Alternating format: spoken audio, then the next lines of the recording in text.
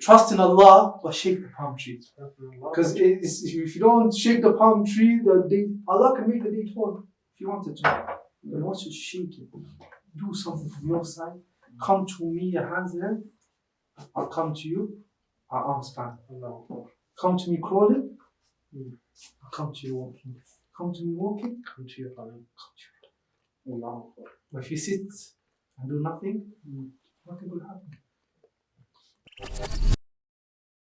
Assalamu alaikum wa rahmatullahi wa barakatuh. Welcome to another episode of Yemeni Brothers. Unscripted.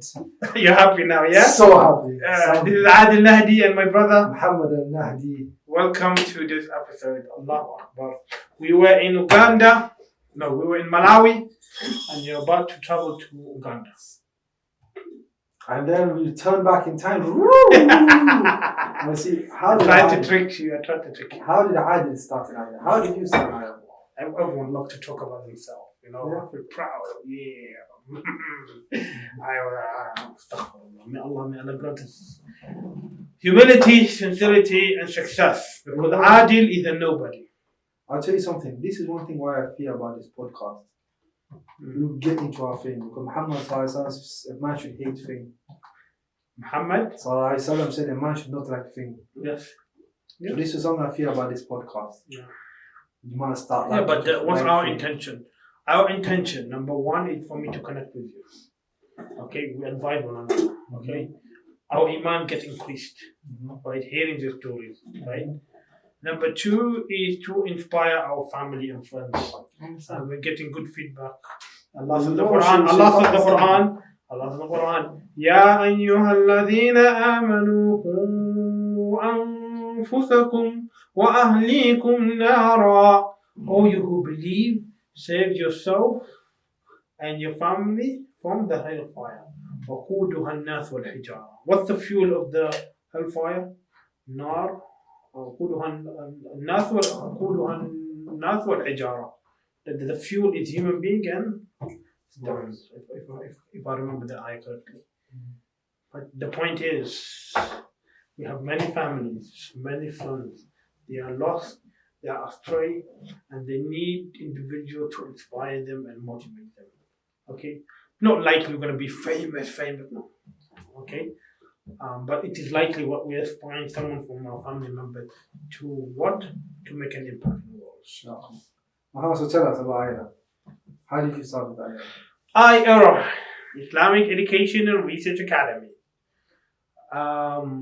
First it was iPhone 4, and then there's iPad, and then there's iPod. We decided IERA. I'm joking. Alhamdulillah. Of course, IERA was launched in 2009. That was around the time I started slowly practicing Islam.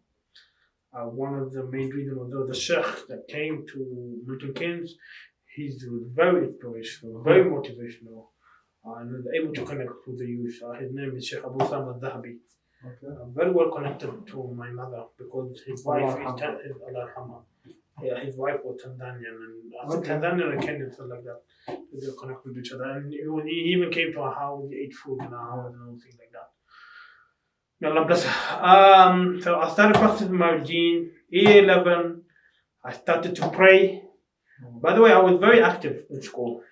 Okay, if you look at my old pictures, I was playing basketball, football, and I had good friends around me. Okay, good friend meaning in the sense that I was known among the people, okay, to hang out with friends.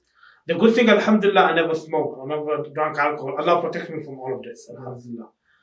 But year 10, when I started praying, slowly these friends withered away. I started to become like a loner, right? And I befriend someone who was very, very knowledgeable. Very, very, because before year 11, I went to a dawrah. Like a 3-month dawrah in London. I was just studying the basic foundation of Islam. When we traveled to Tanzania and you stayed back, was it that time? I don't remember. I remember there's one time we traveled to Tanzania and you stayed back. There's 3 days. It's a very good institute in London. I was studying for 3 months, and every day studying the usul al-fiqh, usul al-hadith, the principle of fiqh, the principle of hadith. That was our first getting into the science of Islam. Okay?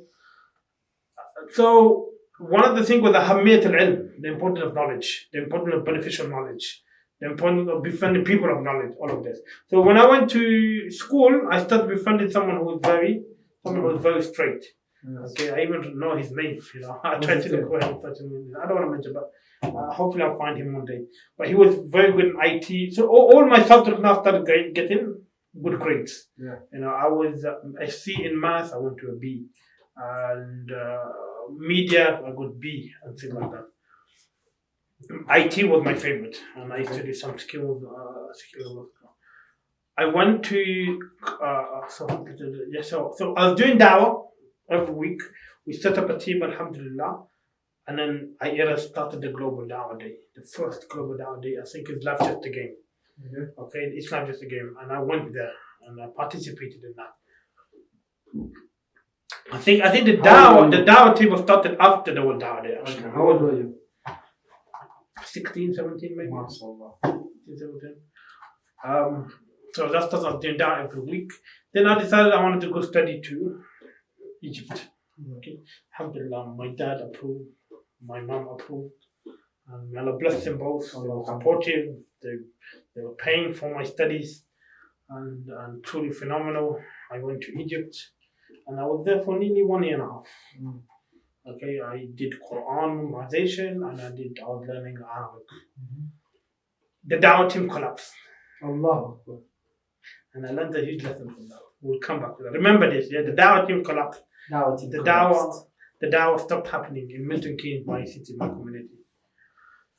But anyway, I was focusing on my study, and I think that's when WhatsApp started launching. So my mom was sending me messages, and she was sending me, the Sheikh. Guess who he is? Mufti Bank. But he wasn't famous. Mufti Bank wasn't known at that time. But you have to listen to the Sheikh. He's a very good Sheikh. Can I intercede in this before? A few days before she passed away, Allah yarhamha, she said, Muhammad, you have to look for this Sheikh. He's in Malaysia. His name is Mufti Meng. Who is the Sheikh? After she passed away, I come back to Malaysia. My friend is Ramadan. Like, oh, Muhammad, there's this masjid. We can go sleep there the last 10 nights. I want to sleep there. Guess who was there? Mufti Meng. He was with us the whole night. The whole 10 nights? No, one night. We went for one night. The whole night they were giving us talks and that. I'm like, subhanallah, what a coincidence. And then we met him again, face to face. I'm like, du'as, and when the mother wants something, it happens. Anyway, carry on.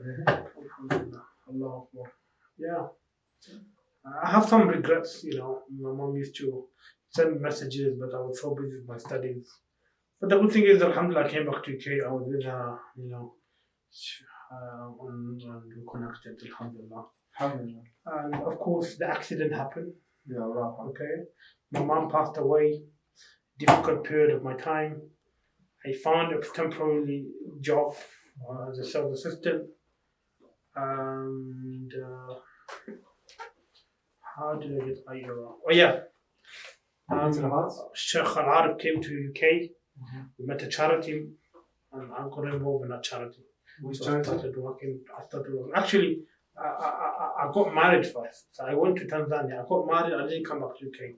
I stayed in Tanzania for 2 years. Yes. And alhamdulillah, in Tanzania, I had a job as a brand manager for a plaza, China Plaza it's called. I remember.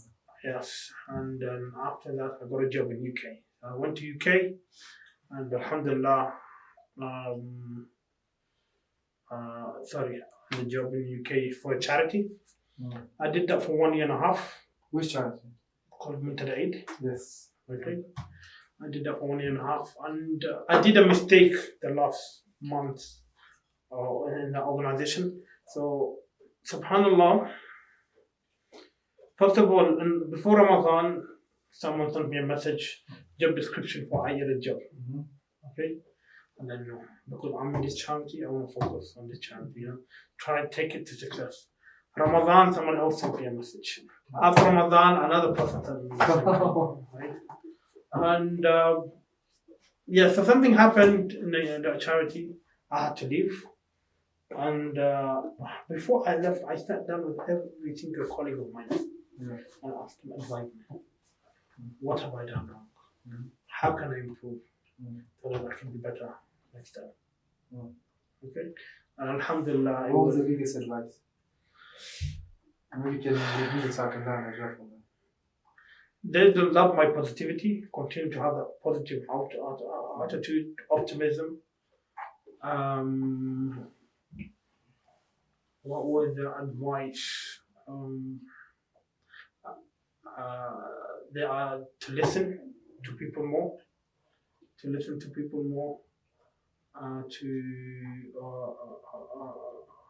yeah. Alhamdulillah, my most of them were positive, but they gave me some advice here and there. And after that, I went to apply for IRO. Now, they had application more than 100 something. I don't know how many they interviewed. But then they interviewed me. Alhamdulillah, for them it's a no-brainer. Alhamdulillah. Yeah, because I know IRA, I was part of IRA, I did that. And they came to me quite a few times in the past. The story of my mother, you know. And I think that was my first ever job interview. Because the previous job I just got a job, first ever job interview, I think. And yeah, so I got a chance to reinvent myself in a more better way than I was in a previous job. And the mistake that I've done in a previous job, make sure I don't repeat. Okay. And Alhamdulillah, it has been growth after growth after growth. And how did you start? What position did you start there? What position did you start? Immediately as I joined, next month they took me to Nigeria and Ghana.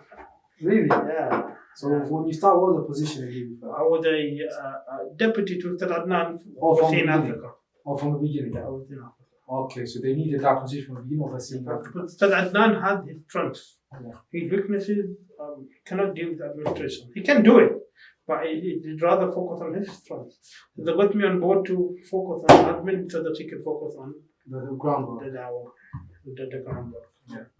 So we went to Nigeria, Ghana, so many stories in there. And then came back, went to different countries around the world, mainly in Africa, Namibia, Botswana, South Africa, Malawi, Tanzania, Burundi, Uganda. Yeah. Alhamdulillah. Allah has his ways, huh? Allah, yani, I always tell us that Adnan, like, Allah brings us people from ways we can never imagine. You know, and everything happens because of Allah subhanahu wa ta'ala making things happen. We just do the action, Allah makes it happen. We just have to be sincere. Just like Maryam alayhi salam, she had to shake the tree. Yes. Can you imagine, like the palm tree? Can you shake a palm tree? No. But she had to do the action, and Allah will bring it. So beautiful. Like, that story is so beautiful. Where did you hear it from? I remember when she had to tell Allah, I don't remember exactly, but someone said, always take the action. And Maryam, she had to shake the palm tree. Yeah, you have to shake the palm tree. Trust in Allah, but shake the palm tree. Because if you don't shake the palm tree, Allah can make the date fall if you wanted to. But once you shake it, do something from your side. Come to me, your hands length. I'll come to you, our arms span. Come to me crawling. I'll come to you walking. Come to me walking. Come to you running. But if you sit and do nothing, nothing will happen. That will believe take action. Honestly, my whole life has just been take action, take action. One of the action is going to work. I think that is also one of my weaknesses. Sometimes I don't analyze too much before taking an action. Like honestly, coming to Uganda, I did not analyze too much. That's not negative. In some certain way, sometimes you need to start analyzing. No, overthinking is also bad. You become indecisive. Yeah. I don't know if you had analysis paralysis. Yeah. You heard of that? I heard of it, and I literally have no analysis paralysis. My friends would say, Muhammad, I'll spend so much money on just businesses and I'll just waste a lot. You don't know, if I show you the amount of waste in experience. Yeah. There's this opportunity. Let's try it. Yeah. Let's try it. Let's see what's going on. I'm a guy, I just jump into the deep end and let's see what's going on. And you never know, one of them might actually work. Yeah. Like the one that we're going to talk about after this podcast. Inshallah. Thank you so much for listening. I hope you all benefit from this. My name is Arjun Nahdi, and this is my brother. Muhammad al-Nahdi. This is Yemeni Brothers. Unscripted. سبحانك اللهم وبحمدك نشهد أن لا إله إلا أنت نستغفرك ونتوب إليك.